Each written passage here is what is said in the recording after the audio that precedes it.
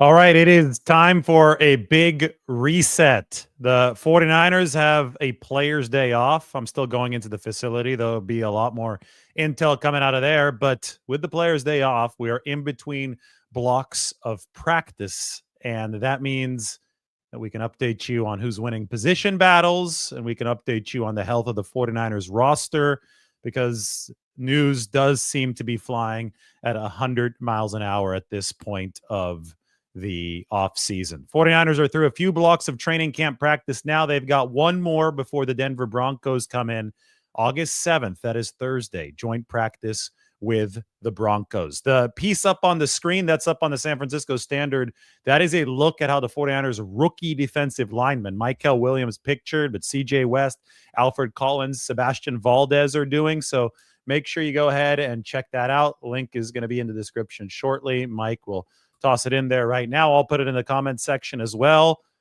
We have injury news, though, today. The 49ers actually had a couple players today leave practice. So we're going to go through all of that, and we're going to look at the roster to see where the 49ers are in the big picture of things, which I have to say is much, much rosier than it was at this point last season. At this point last season, the 49ers were racking up so many injuries that they'd have to cancel their joint practice with the Saints. Their joint practice with the Broncos is not in danger. I'll knock on wood. Hear me knocking on the wood. But at this point, the joint practice with the Broncos should be A-okay. They are much healthier than they were at this time last year. In fact, a lot of the stuff that's happening right now is garden variety camp stuff. Guys out for a couple days here and there. It's nothing to be worried about for the long term. But there were those two injuries today. Kyle Juszczyk left. It looked like something with his foot. He was limping off a little bit from the field.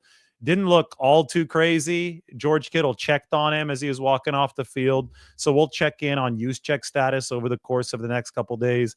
But it is worth noting that the 49ers fullback did not finish practice. Neither did Isaac Guerendo. He seemed to be favoring his shoulder. So not a lower body injury. That's the one that ended his 2024 season in that finale against Arizona when he got carted off. But it seems like a shoulder for Isaac Guerendo today. It happened during the special teams portion of practice. So Isaac had to leave practice. And the 49ers already were down Jauan Jennings, who's had some sort of knee issue that has made him day-to-day. They also aren't saying this is serious, but he has missed 3 practices in a row now. So if you want to see what this looks like on the 49ers 90-man depth chart, the pink shading denotes injuries. So we're going to go to the running back room. You see I had 4 running backs projected to make the 53, including Kyle Juszczyk. I think I'm going to have 5 projected by the time this is all said and done. Because of those 4, the only one not shaded with the injury color is Christian McCaffrey. Guerendo left practice today. Jauan Jennings has missed 3 straight. And Kyle Juszczyk left practice as well. So whether or not they get the shading removed from their name depends on the updates that will be coming up over the next couple of days. Depth-wise, you've got Patrick Taylor Jr. healthy at practice. Corey Kiner healthy at practice. Amir Abdullah has just been added to the team. He's healthy and he's at practice. So this is going to be an evolving situation. We'll see who's healthy enough to suit up for the joint practices and then the game against the Denver Broncos. Then, the receiver position is what's been at the forefront of everybody's mind regarding health since the start of this training camp, because Brandon Ayuk is going to miss all of training camp. We knew that with the ACL and the MCL recovery happening right now. But Ricky Pearsall was placed on PUP just a few days before camp started. We had a premature, unnecessary freak out, which looks laughable now because Pearsall's the 49ers' best receiver at training camp. He caught 5 passes from Brock Purdy today. The first one led off practice, was a post, and Pearsall was behind the whole defense, and he just raised his arm up and was like he had the football here and he had his arm up celebrating here, and he was like, I'm about to score a touchdown. That was Ricky Pearsall, because there's no touchdowns in these practices. You ease up before you hit the end zone. But he was fired up, and then his routes are so graceful right now. I wrote about him. It's going to be up on the San Francisco Standard tomorrow. Ricky is fully healthy. He might miss a practice here or there as they manage him back into the full swing of things. But the way that Ricky described his hamstring injury, which happened right before OTAs, was that he was just working after one of the 49ers practices by himself, and he overworked himself. He did something where he strained his hamstring, and he said that his body was a little imbalanced. That's an issue that he and the 49ers training staff is taking care of right now. They're making sure they build his body up right, so it's in full alignment, so he's not straining his hamstring anymore. And to do it right, occasionally there's going to be a missed practice, which is intentional. They'll pair it with a day off like they did a few days ago, so that Ricky Pearsall gets 2 days off and starts building his endurance. You saw that he only had like 8 reps his first day back, which is a few days ago. Today, he had way more than 8 reps. So they've built up his involvement to the point where he's now getting 5 passes and making 5 big catches in practice. So Ricky Pearsall is fully healthy and is part of a build-up plan that the 49ers have set into motion so he could stay as healthy as possible moving forward. Then there's the case of Jauan Jennings. Now, this is one that everybody seems to be speculating about. I don't sit here and partake in speculation. I just tell you what the facts are. And the facts are that Jauan Jennings wants a new contract. We know that. We know that despite wanting a new contract and not having one, he reported to training camp and practiced for the first few days. And we also know that he's now missed 5 straight practices ever since the time the pads came on. And Kyle Shanahan has said that those practices have been missed because of a calf issue. When pressed on this, Shanahan said that it was the same calf issue that bothered Jauan Jennings during OTAs. So I know that people online are trying to conflate the two, but that's all the information that I have. I can just tell you the facts that I have. The contract situation and this injury have not been officially connected. That is all online speculation. But we just have to analyze what is happening at face value with Jauan Jennings. He's occasionally been seen out on the practice field, either watching practice or dipping into the weight room. We know that Jauan last year dealt with a hip injury, and then the calf issue popped up over the course of OTAs. We also know that you don't want to mess around with calf issues because it's very close to the dreaded Achilles, right? And if you can stop something before it becomes a bigger problem, especially in that region, which can be very problematic, especially for players at speed-oriented positions like receiver, well, you want to get out ahead of that. You want to make sure the player is prescribed the appropriate amount of rest. So 5 days or 5 straight practices of no Jauan Jennings. We next talk to Kyle Shanahan, I believe, on Monday.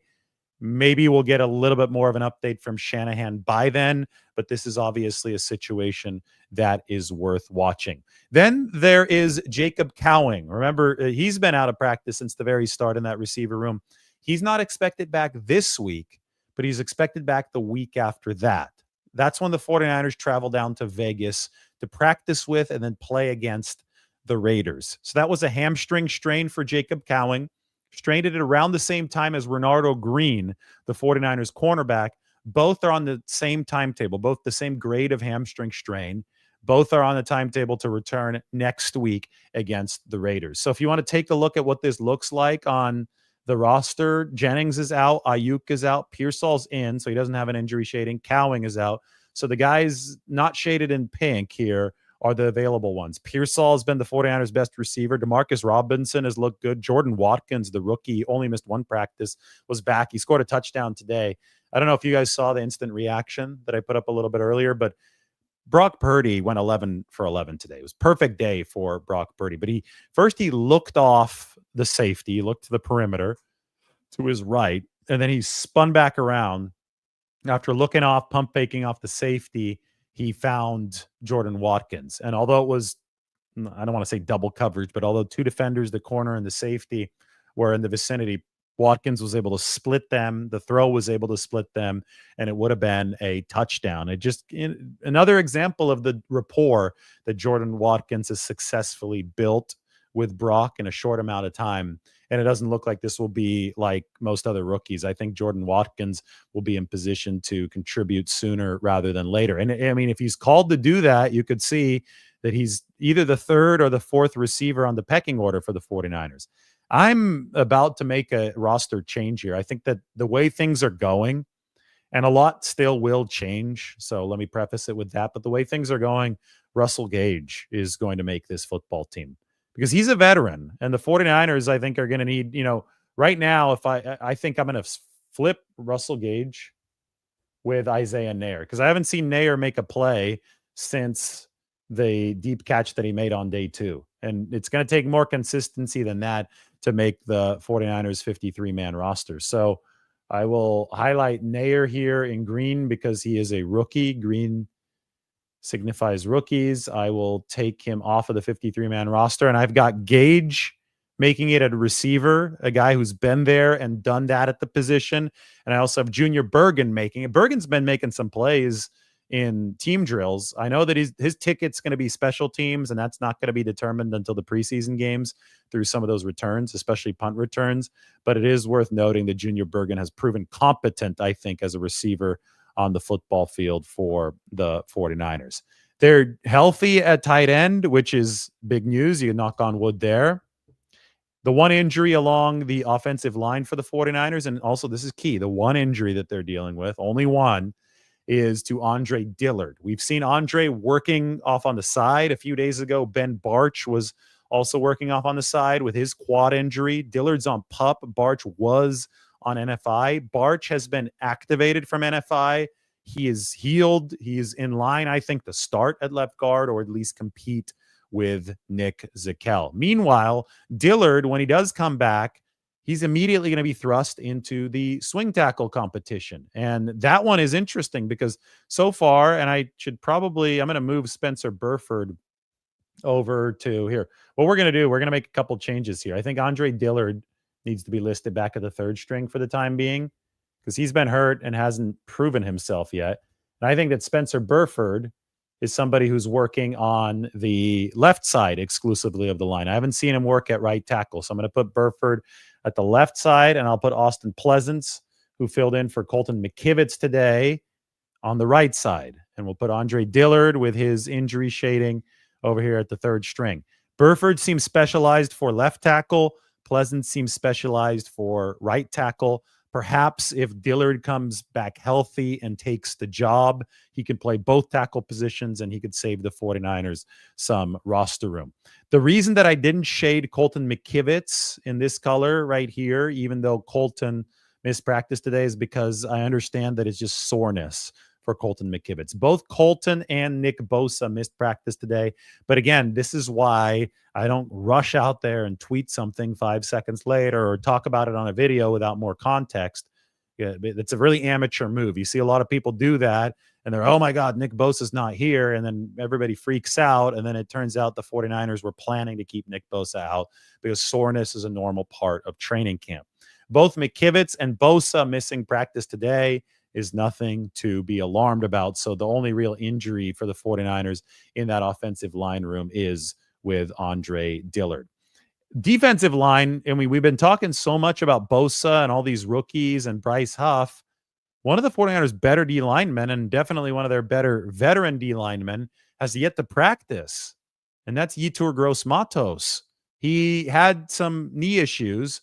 So Kyle Shanahan called his knee issues wear and tear during the veteran minicamp.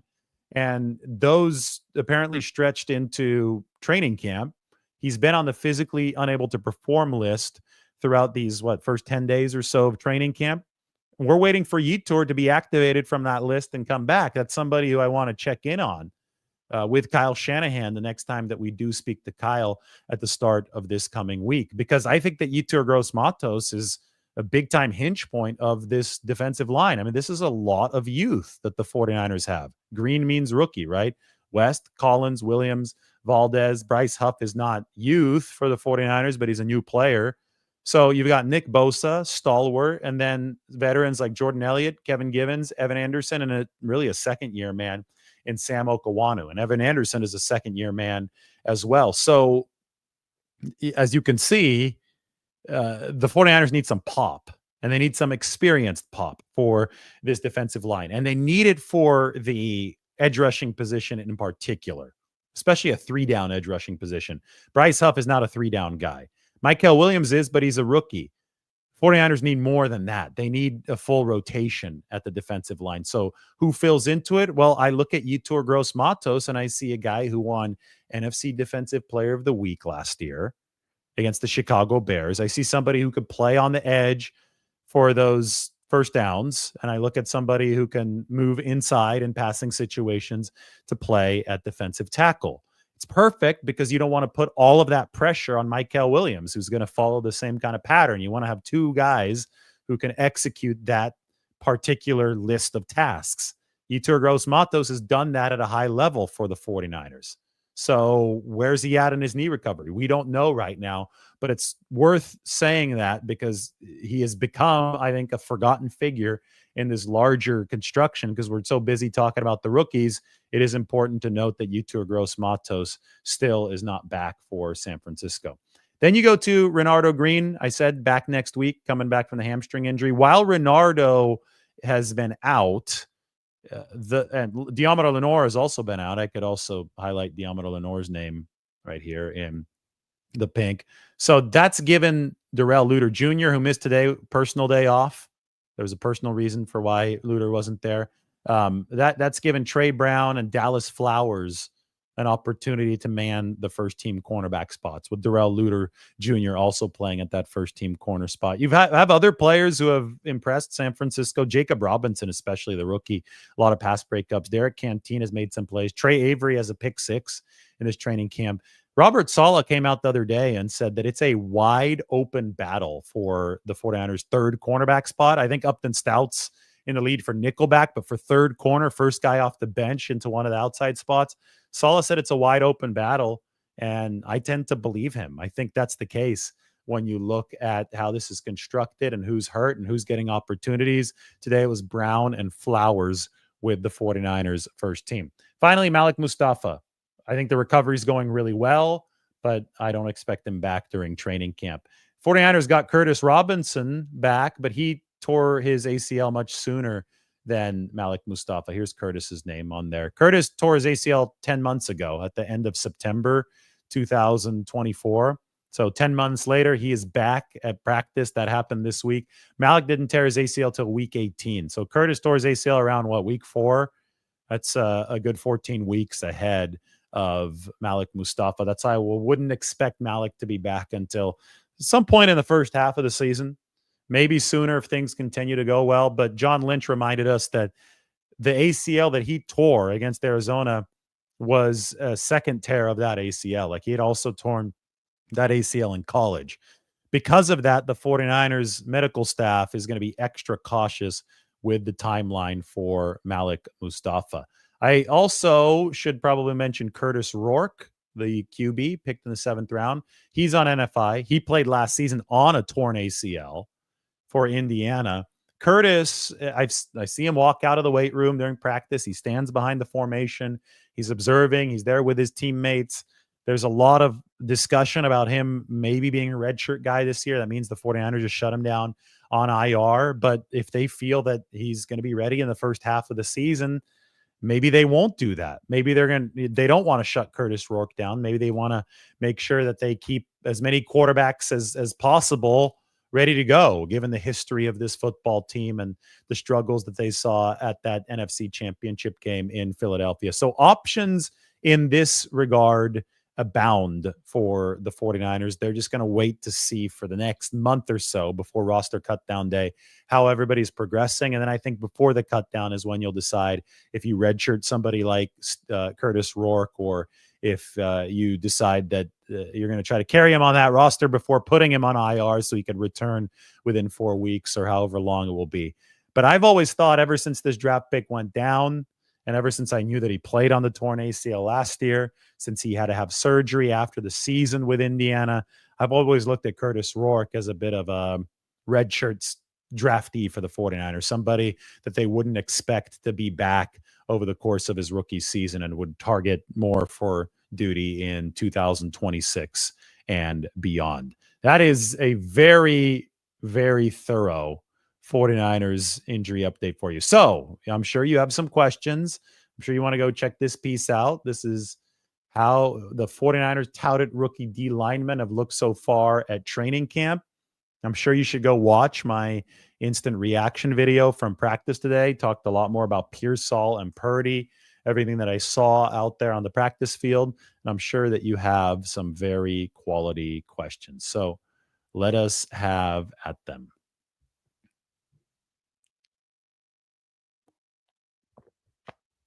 Ricky asks, why are the 49ers working out Robbie Anderson, also known now as Robbie Chosen, or is it Chosen Anderson? I think it's Robbie Chosen. Changed his name, formerly known as Robbie Anderson. He was with the 49ers for 2 weeks in August last year, August 12th to August 27th. He had been with the Dolphins and Mike McDaniel before, and then he went to the Dolphins after the 49ers. So they brought him in when they needed receiving depth last year in August.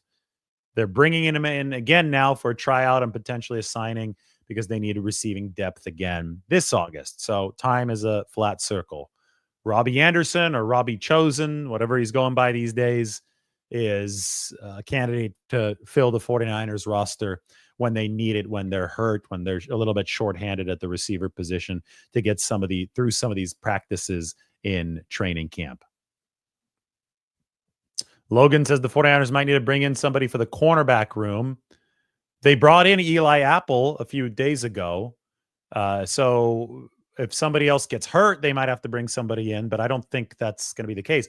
Diamond Lenore was working a bit off on the side today, and he should be back for the next block of practices. So he missed this block with the hip issue, but I would expect Demo to be back soon. So unless something else happens in the cornerback room, I wouldn't expect the 49ers to bring anybody else in.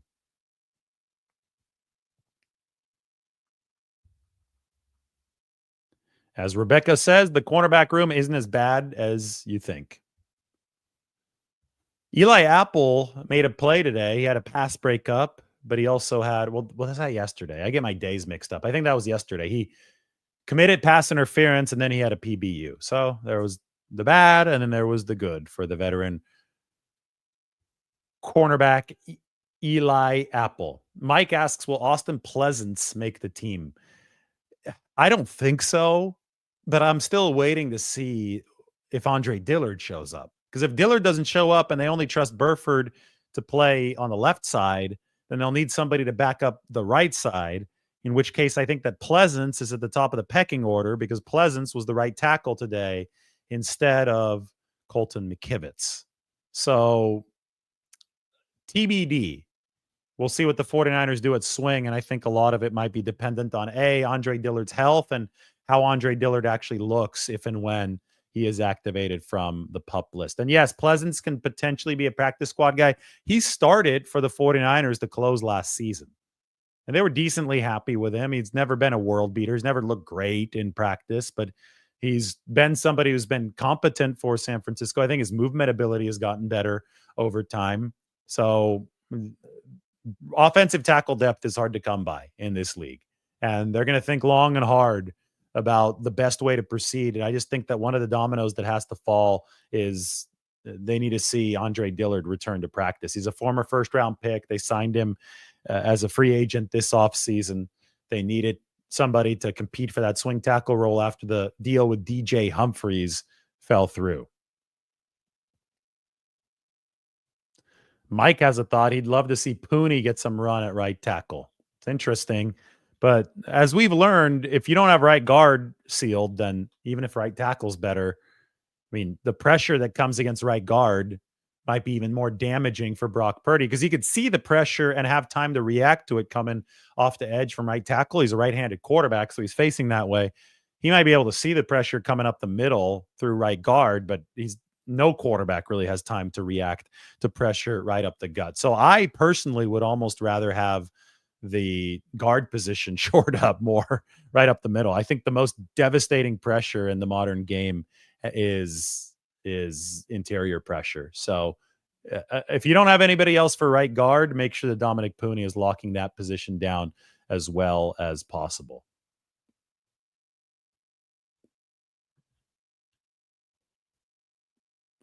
Kyle Juszczyk, it seems that something with his foot or his heel. We don't know. We haven't spoken to Shanahan yet, but we did see him walk a little gingerly off the practice field today. So The two latest ones are Juszczyk and Guerendo. I will re-emphasize now that we have a lot more people in the room.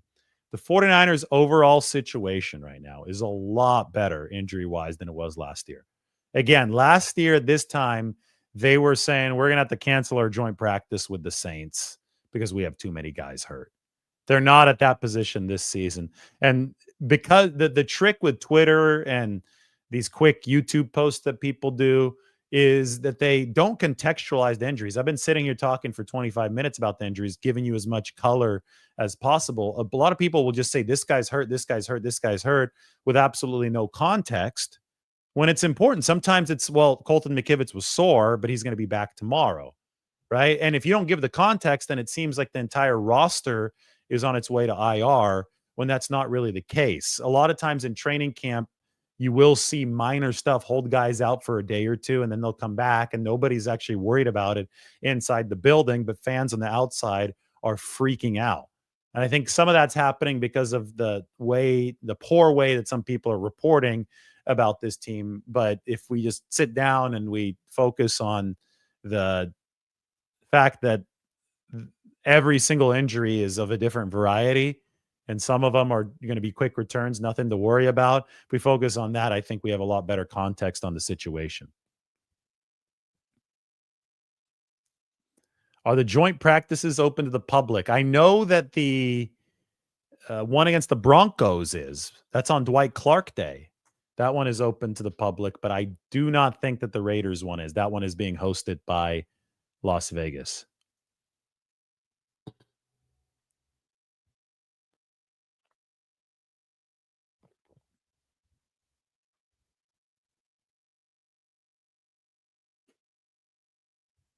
This is good. I'd like to see a play where Trent Williams runs it in for a score during the season. Trent in the backfield with the ball on the 1 yard line, steam engine. Get on the Trent train.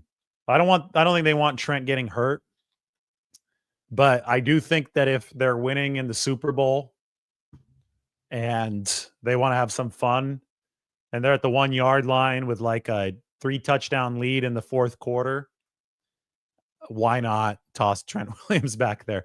He said to Tim Kawakami, my coworker, the other day, he still wants to play 3 more seasons. He thinks that that's very realistic. So even in then, do you do that and risk Trent getting hurt? Like, I don't know if that's really worth it. I think it'd be fun to watch, but if anything happens to him, even if you're about to win the Super Bowl this year, it might compromise next year.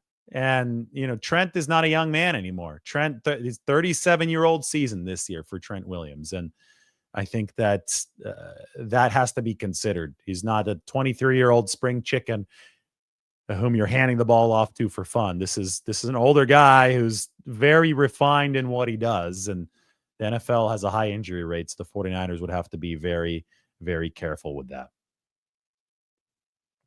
Thank you, Benny. I appreciate that. It's awesome. Thank you to everybody who gives a super chat or those of you who are members. Try to prioritize members' comments or questions, but they have to be good. It's hard for me. Like here, Greg is a member. It's not a question. He said, "Go Niners," but I try to put those up on the screen whenever I have a chance. Sometimes it comes in a little too fast, so I apologize if I don't, but I do appreciate Benny for the nice super chat. Do I think that Christian McCaffrey can potentially win comeback player of the year? Absolutely.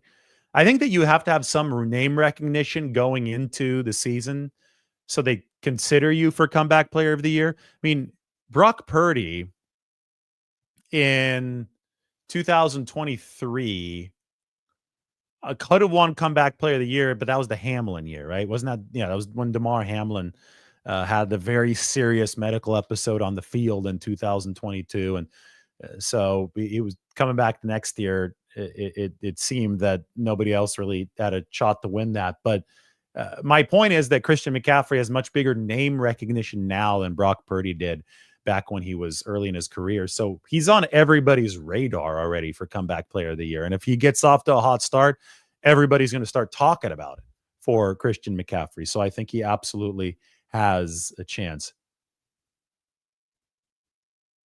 Hamlin didn't win it? Did Flacco win it that year? I'm just looking at the comments here. I'm shocked that Hamlin didn't win it. I thought that Hamlin would have won it for sure. So so Joe Flacco won comeback player of the year. I guess he was with the was that the year was he with the Browns? Well, that makes me upset because it Purdy delivered deserved it a lot more than Flacco coming off a torn elbow. I mean, Purdy arguably should have won MVP that year. That's crazy to me. I okay, now I remember making a video about how ridiculous this was. I had intentionally wiped this from my memory because it was such a travesty of justice. I understand Purdy not winning the MVP in 2023. I think he should have won the MVP. He had the best numbers. He was the core. I mean, the debate was Purdy and Christian McCaffrey for a long time, right? I would have understood that going either way, but quarterback is just more important to a football team than running back. I think that's obvious to anyone who knows the game. Then Lamar Jackson won it because the Ravens beat the 49ers in that game, and there was a ton of recency bias at the end of the season. So whatever. Purdy didn't win the MVP.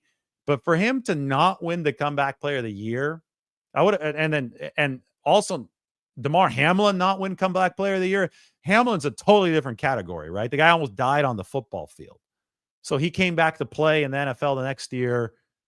I would have totally understood that. That, in fact, in retrospect, that's what I thought had happened.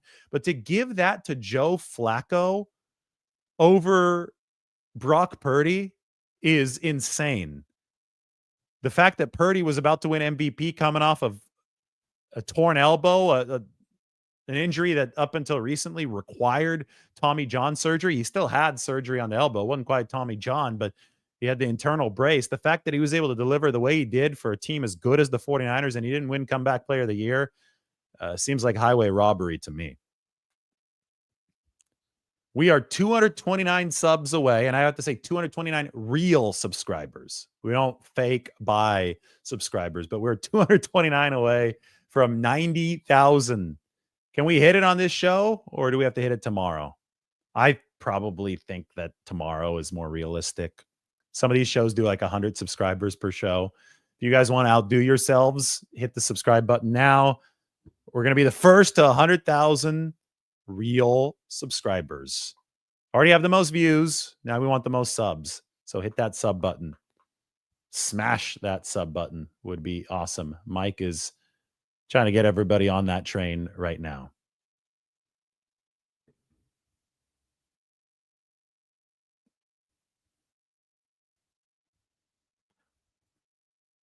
Based on your opinion after seeing all the Niners practices, well, I haven't seen all the practices. I've only seen the ones they had so far. They've still got a month to go before the start of the regular season. So let's make that clear.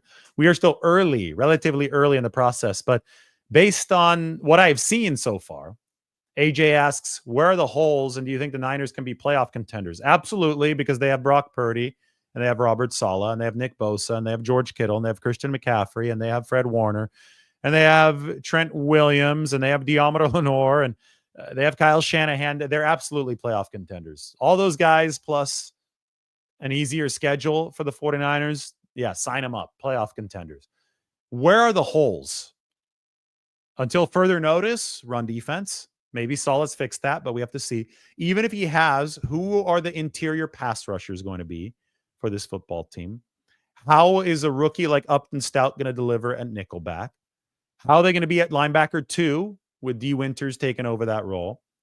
And where will the offense go this year, assuming it's got better health than last season at the ever critical running back spot with Christian McCaffrey? But where will it go given the compromised nature of wide receiver to start the year? That's a question for me. And it just can't be answered right now because it's going to be an evolving situation over the course of the next month and then probably into the regular season. Joy says, great group in the chat section. No haters for once. Awesome. That's good. I don't really follow the chat too closely because I'm sitting here talking for an hour, but right now I'm taking a peek at it and it seems respectful. So I can definitely get behind that.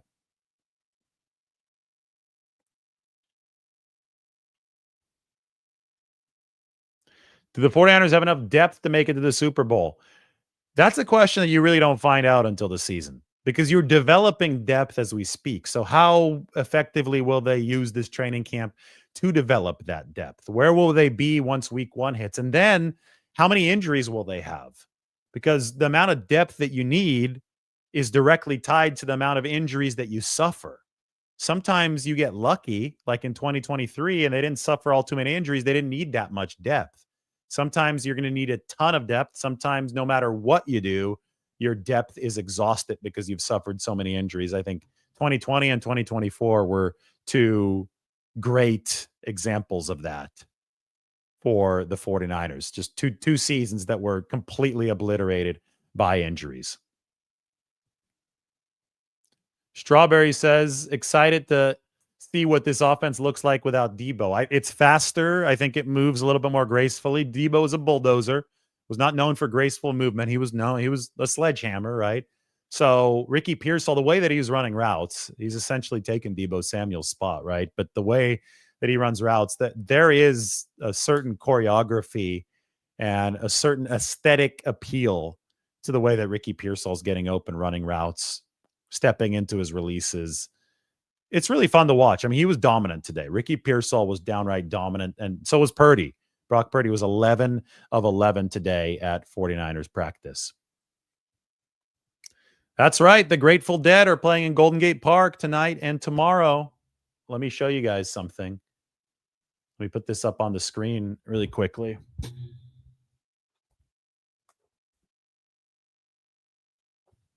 I've worn this hat once for a show. This should make Nick Bosa happy. I guess he's a deadhead now.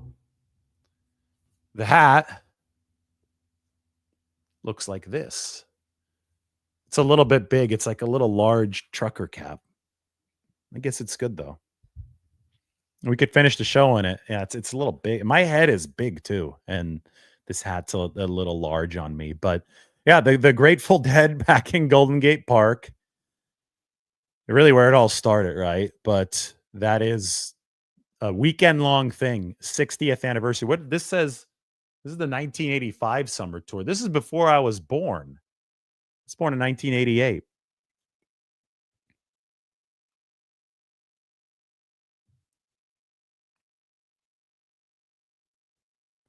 Where did Debo go again? He went to Washington. He's with the Commanders.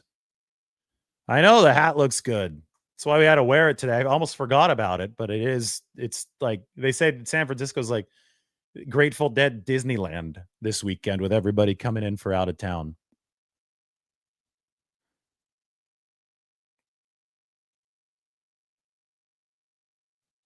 Well, this is unfortunate. Who called Tina an idiot for saying Brock should have been a comeback player of the year?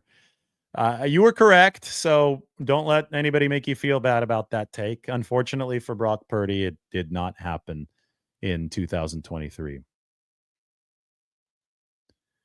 Have you observed Brant Boyer much with the special teams? Yeah, he's super detail oriented. He had his press conference today, and this guy, he is. If there is a T that he is not crossing and an I that he is not dotting, I have not identified it yet. He's looking for every little angle, every little bit of positioning that could work for kick returns, punt returns, coverage. And he did address the kicker competition. He said that there's not a lot of separation right now between Joseph and Moody, which I would agree with him. I'm watching this competition too. I think that one's going to stretch into the games. Tomorrow morning, I'm going to drop a video on who is winning every single one of the 49ers kicking competition. Not every single one of the 49ers competitions, period. Position battles. Who's winning at every single position battle? That video is dropping tomorrow morning. So go ahead and hit the notification bell so you're ready for that when that video drops. I think it's going to be the authoritative video on that topic. And I think everybody's very excited to know exactly where some of these players are. So be ready for that one and make sure you subscribe, because if you do subscribe, we're going to get to 100,000 real subscribers quicker than anyone else. So that's the goal. And the goal is to continue enjoying 49ers training camp. It has been a fun first few days. I'm still around here, though, for a little bit more. See if any more good questions come through. Greg says that he's older than me. Good to know. Thanks, Greg. You didn't specify, though. Position battle video is going to be awesome indeed. And yeah, anybody asking about Terry McLaurin, the 49ers have already paid a receiver $30 million annually. His name is Brandon Ayuk. Any chance that Tariq will make it on the 53? I don't think so. I think maybe the practice squad if he does make it, but there's stiffer competition for that this year. He made a catch today at the very end of practice. Nice little slant. I think it was from Mac Jones. So good finish for Tariq Owens, but that was that. All right. Hats off. I tip my cap to you. You guys are great. Thank you for watching. That's your 49ers big injury update. We went through everything. Time for dinner. We'll see you soon.